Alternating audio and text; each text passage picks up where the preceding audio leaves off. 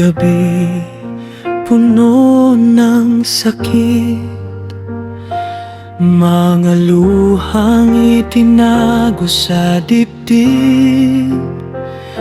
Tumatakbo kasama ang aking mga anak,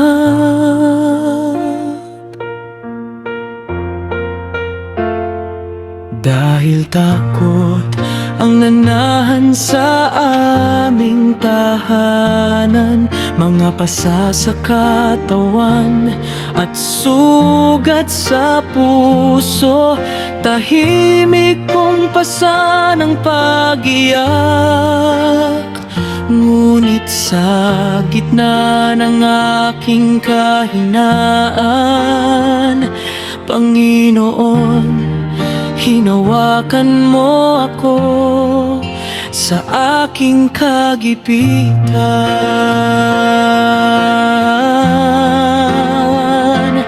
Panginoon, ikaw ang aking sandigan sa unos ng aking buhay.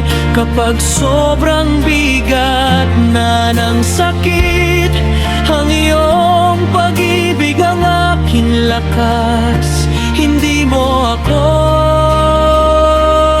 iiwan kahit wasak ng aking mundo,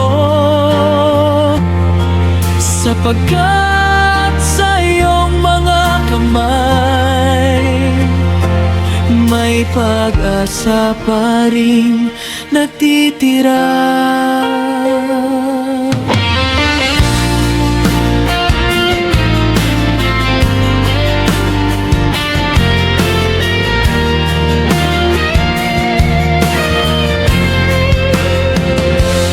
Apat kong anak ang aking kayakap, sila ang dahilan kung bakit nagpapatuloy kahit pagod at puno ng sakit.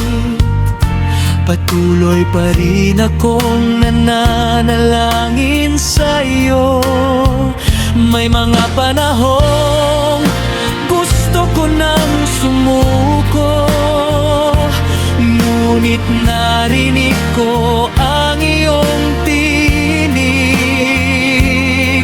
Anak, huwag kang matakot,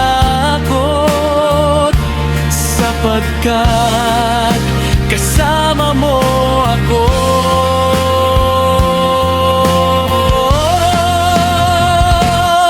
Ang mga sugat ay gagaling din, ang mga luha ay mapapalitan ng saya, sapagkat ang Panginoon ay hindi natutulog. Nakikita niya ang lahat.